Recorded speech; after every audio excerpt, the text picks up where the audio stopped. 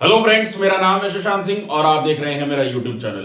तो आज का जो टॉपिक है जिसके बारे में हम बात करेंगे वो है हमारा कोरिलेसिस फोर्स, और ये इस चैप्टर का सबसे इंपॉर्टेंट टॉपिक है। हमारा टॉपिक क्या चल रहा है, बेसिकली हम लोग का जो मेन टॉपिक है वो है हमारा forces affecting the velocity and direction of winds.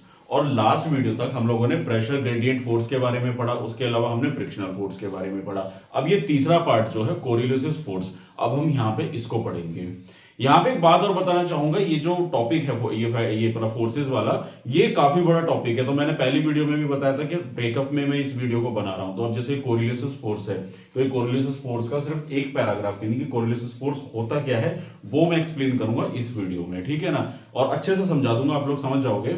फिर नेक्स्ट वीडियो से मैं इसी का जो अगला पार्ट है, जो अगला पैराग्राफ इसमें दिया हुआ है ना, मैं बुक में दिखा देता हूँ। तो इसका ये वाला पैराग्राफ है, इस वाले पैराग्राफ को फिर मतलब यानी कि जो Coriolis force act perpendicular to the pressure gradient, यानी कि तीनों चीजों को कंबाइंड करके और कैसे वेदर में बदलाव, वो सारी चीजों को अच्छे से मतलब इन तीनों टॉपिक्स को फिर वो अगली वीडियो में मैं एक्सप्लेन करूंगा, ठीक है ना। तो उससे एटमॉस्फेयर से वो सारी चीजें करेक्ट करूंगा अच्छे से। तो यहाँ पे हम पहले समझ लेते हैं कोरिलेसिस फोर्स क्या होता है, क्योंकि फिर ये वीडियोस जो है ना, अगर मैं ब्रेकअप में बना रहा हूँ तो छोटी छोटी बनेंगी, एक साथ बनाऊंगा तो काफी लंबी हो जाएंगी। तो मेरा हमेशा ये मोटो रहता है कि जो वीडियोस हो वो काफी छोटी और क्रिस्प हो, इंफॉर्मेटिव हो और इजीली आपको समझ में आ सके, ठीक है ना।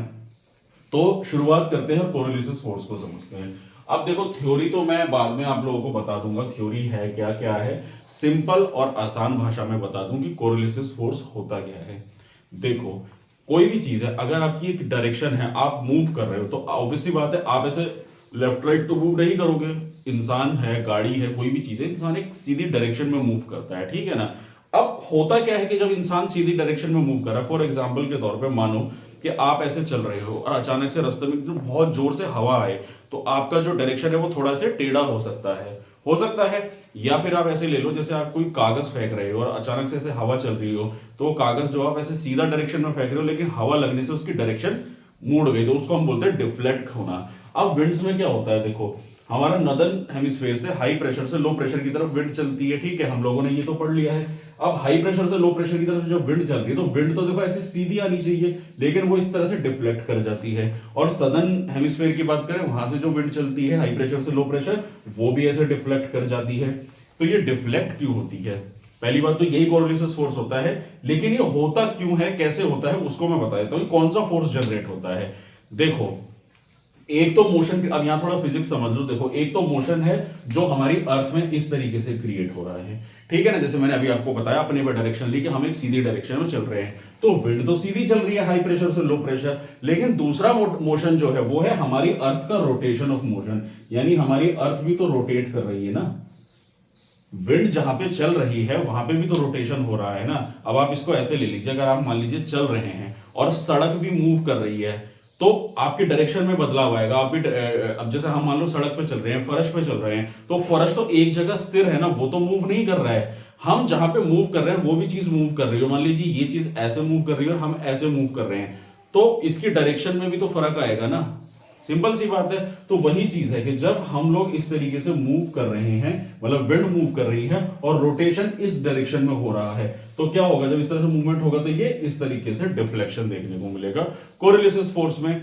अब इसको और अच्छे बेटर समझाने के लिए देखो, जैसे अब देखो मैं एक और अच्छा एग्जांपल आपको यहाँ पे समझाता हूँ। जैसे मान लो आप गाड़ी में जा रहे हो, गाड़ी तेज रन कर रही है, ठीक है, आप जब मूव कर रहे हो तो आप अपना गाड़ी से मुंह बाहर निकालोगे तो क्या होता है, हवा का प्रेशर इतनी जोर से पड़ता है कि आप पीछे की तरफ डिफ्लेक्ट कर जाते हो, होता है ना। तो यही सारी चीजें होती हैं कोरिलेसिस फोर्स की। तो कोरिलेसिस फोर्सेस को नटसेल में अगर कहूं तो जो विंड है उसका जो मूवमेंट हो रहा है, लेकिन उसका मूवमेंट होने की वजह से वो डिफ्लेक्ट जो हो रही है, सीधी डायरेक्शन में जा रही है, डायरेक्शन को बदल रही है, तो उससे क्या हो रहा है, वो कोरिलेसिस फोर्स कहलाता है। तो एक नया फोर्स जनरेट हो रहा है, क्योंकि एक फोर्स तो ये है जो विंड का लग रहा है, ठीक है ना, दूसरा हो गया जो रोटेशन हो रहा है, और फिर उसी की वजह से चलते हुए तीसरा फोर्स जनरेट हो रहा है, कोरिलेसिस फोर्स हम जिसको कहते हैं, ठीक है।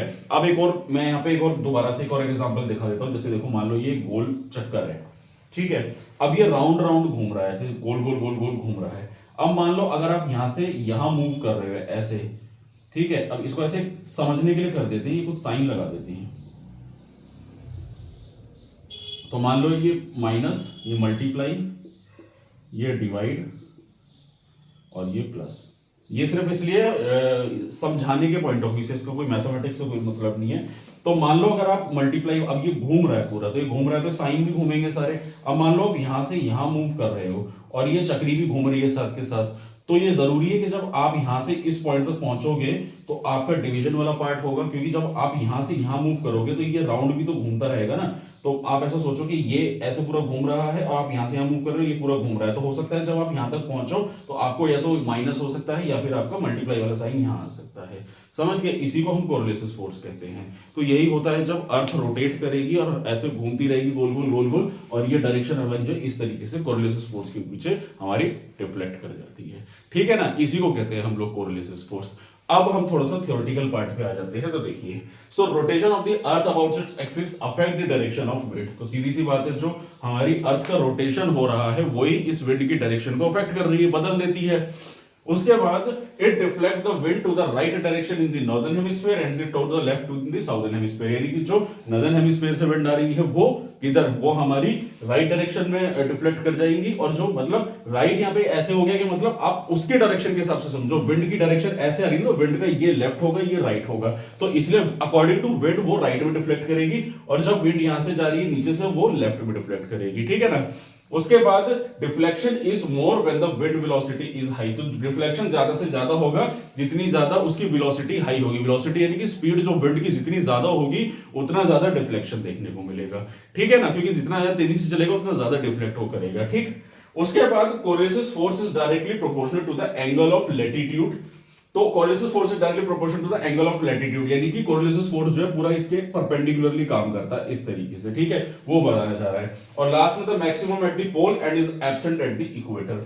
अब कोरिलेसिस फोर्स जो होता है ना वो ज्यादातर आपको यहाँ पे पोल वाले एरियाज में ज्यादा देखने को मिलेगा इस तरीके से, और यहाँ आते आते होता है लेकिन कम होता है, तो इक्वेटर के मुकाबले कम होता है। और कोरिलेसिस फोर्स जो होता है ना वो हमारे पोल्स पे ज्यादा देखने को मिलता है। ठीक है ना, तो यही बताना चाह रहा था, और यही होता है हमारा कोरिलेसिस फोर्स, जिसमें मैंने आप लोगों को ये सारी चीजें अच्छे से समझाई। आई होप आपको ये टॉपिक अच्छे से समझ में आ गया होगा कि क्या होता है हमारा कोरिलेसिस फोर्स के बारे में। तो अगर आप इसमें विजुअलाइजेशन कर लो, थोड़ा बस इस चीजों को समझ लो, तो इजीली आप इस टॉपिक को समझ सकते हो कि कोरिलेसिस फोर्स होता क्या है। कहने का मतलब बस इतना है कि किसी भी चीज का मोशन हो रहा है तो वो तो अपनी डायरेक्शन में ही काम करेगा, लेकिन वो जिस पाथ पे मूव कर रहा है वो पाथ भी तो मूव कर रहा है ना, तो उस चीज की डायरेक्शन सेम नहीं रह सकती है। ठीक है ना, तो इसीलिए कोरिलेसिस फोर्स बस यही होता है कि जब कोई भी मोशन क्रिएट हो रहा है और उसके चलते हुए वो एक और मोशन के ऊपर मूव कर रहा है, तो एक थर्ड मोशन वहां पे लग जाता है, यानी कि थर्ड फोर्स लग जाता है, जिसको हम कोरिलेसिस फोर्स कहते हैं। ठीक है ना, तो यही था मेरा टॉपिक। आई होप अच्छे से आप लोगों को समझ में आ गया होगा। अब हम अगली वीडियो से इन तीनों टॉपिक्स को, यानी कि हमारा प्रेशर ग्रेडियंट हो गया, फ्रिक्शनल फोर्स हो गया, कोरिलेसिस फोर्स, इन तीनों को अच्छे से इकट्ठा करके समझेंगे एटमॉस्फेयर के कॉन्टेक्स्ट में। तो आई होप अच्छे से आपको सारी चीजें समझ में आ गई।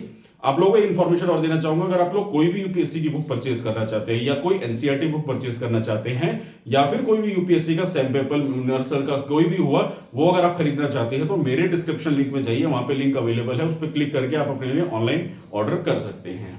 तो यही था मेरा आज का टॉपिक। तो अगर आप लोगों को मेरा काम पसंद आ रहा है, अगर आप लोगों को मेरी वीडियो अच्छी लग रही है तो मेरे चैनल को सब्सक्राइब कीजिए, मेरी वीडियो को लाइक कीजिए, कमेंट सेक्शन में सजेशन दीजिए, प्लस साथ ही साथ अगर आप लोगों का कोई भी डाउट है तो वो आप यहाँ पे मेंशन कर सकते हैं। तो आज के लिए इतना ही, मिलते हैं हम नेक्स्ट वीडियो में। Thank you very much.